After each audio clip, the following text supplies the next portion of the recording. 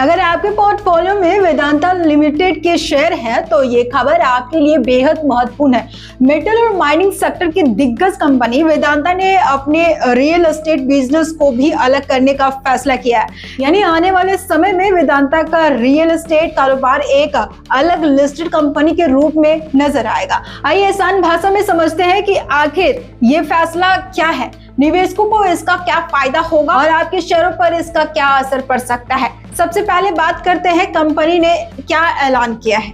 Vedanta limited ने share बाजार को जानकारी दी है कि वो अपने रियल एस्टेट बिजनेस को डिमर्जर यानी अलग करने जा रही है। ये डिमर्जर गोइंग कंसर्न आधार पर होगा। इसका मतलब ये है कि कारोबार पहले की तरह चलता रहेगा, लेकिन उसकी एक अलग कंपनी बना दी जाएगी और उसे शेयर बाजार में अलग लिस्टेड किया जाएगा। इससे पहले भी वेदांता अपने पावर, ऑयल एंड गैस कारोबार को अलग अलग कंपनियों में बांटने की प्रक्रिया शुरू कर चुकी है। अब उसी कड़ी में रियल एस्टेट बिजनेस को भी अलग किया जा रहा है। अब सबसे बड़ा सवाल है, अगर आपके पास वेदांता का शेयर है तो कंपनी ने आपके लिए भी एक खास घोषणा की है। डिमर्जर के बाद हर 20 वेदांता शेयर रखने वाले निवेशक को नई रियल एस्टेट कंपनी का एक शेयर मिलेगा। यानी यदि आपके पास 200 शेयर है तो आपको नई कंपनी के 10 शेयर मिलेंगे। हालांकि कंपनी ने अभी रिकॉर्ड डेट का ऐलान नहीं किया है। रिकॉर्ड डेट वही तारीख होती है जिसके आधार पर तय किया जाता है कि किस निवेशक को नए शेयर मिलेंगे, इसलिए निवेशकों को इस घोषणा का इंतजार करना होगा।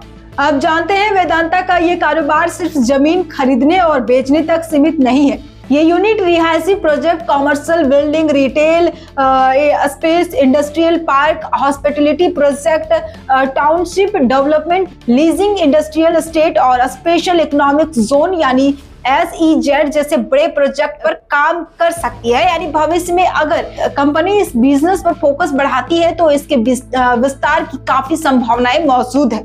लेकिन यहाँ एक दिलचस्प बात भी है। 31 मार्च 2026 तक इस रियल एस्टेट कारोबार का टर्नओवर सिर्फ 1 करोड़ 26 लाख रुपए था। ये वेदांता के कुल स्टैंड अलोन कारोबार का मात्र 0.001% है।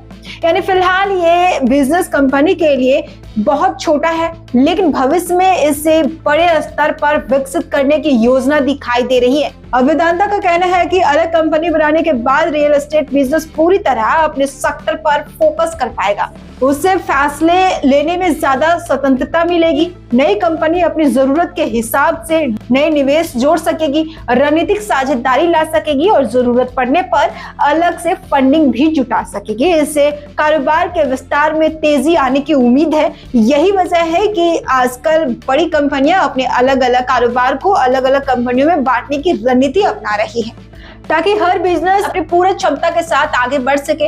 अब बात करते हैं डिमर्जर के ऐलान और जून तिमाही के नतीजों के बाद वेदांता के शेयर में हल्की तेजी देखने को मिली। कारोबार के अंत में कंपनी का शेयर लगभग 0.8% बढ़कर 266 रुपए 65 पैसे पर बंद हुआ। हालांकि पिछले एक महीने में स्टॉक में करीब 5% गिर चुका है। फिलहाल कंपनी का मार्केट कैप लगभग 99.44 हजार करोड़ रुपए है। अब निवेशकों के लिए सबसे जरूरी बात यह है कि अगर आप वेदांता के शेयर होल्डर है तो रिकॉर्ड डेट की घोषणा पर जरूर नजर रखें। उसी तारीख के आधार पर यह तय होगा कि आपको नए रियल एस्टेट कंपनी के शेयर मिलेंगे या नहीं। हालांकि किसी भी डिमर्जर के बाद नई कंपनी का परफॉर्मेंस उसके कारोबार, मैनेजमेंट और भविष्य की योजनाओं पर निर्भर करता है। इसलिए सिर्फ नए शेयर मिलने की वजह से निवेश का फैसला लेने के बजाय कंपनी के फंडामेंटल और अपनी निवेश रणनीति को भी ध्यान में जरूर रखें।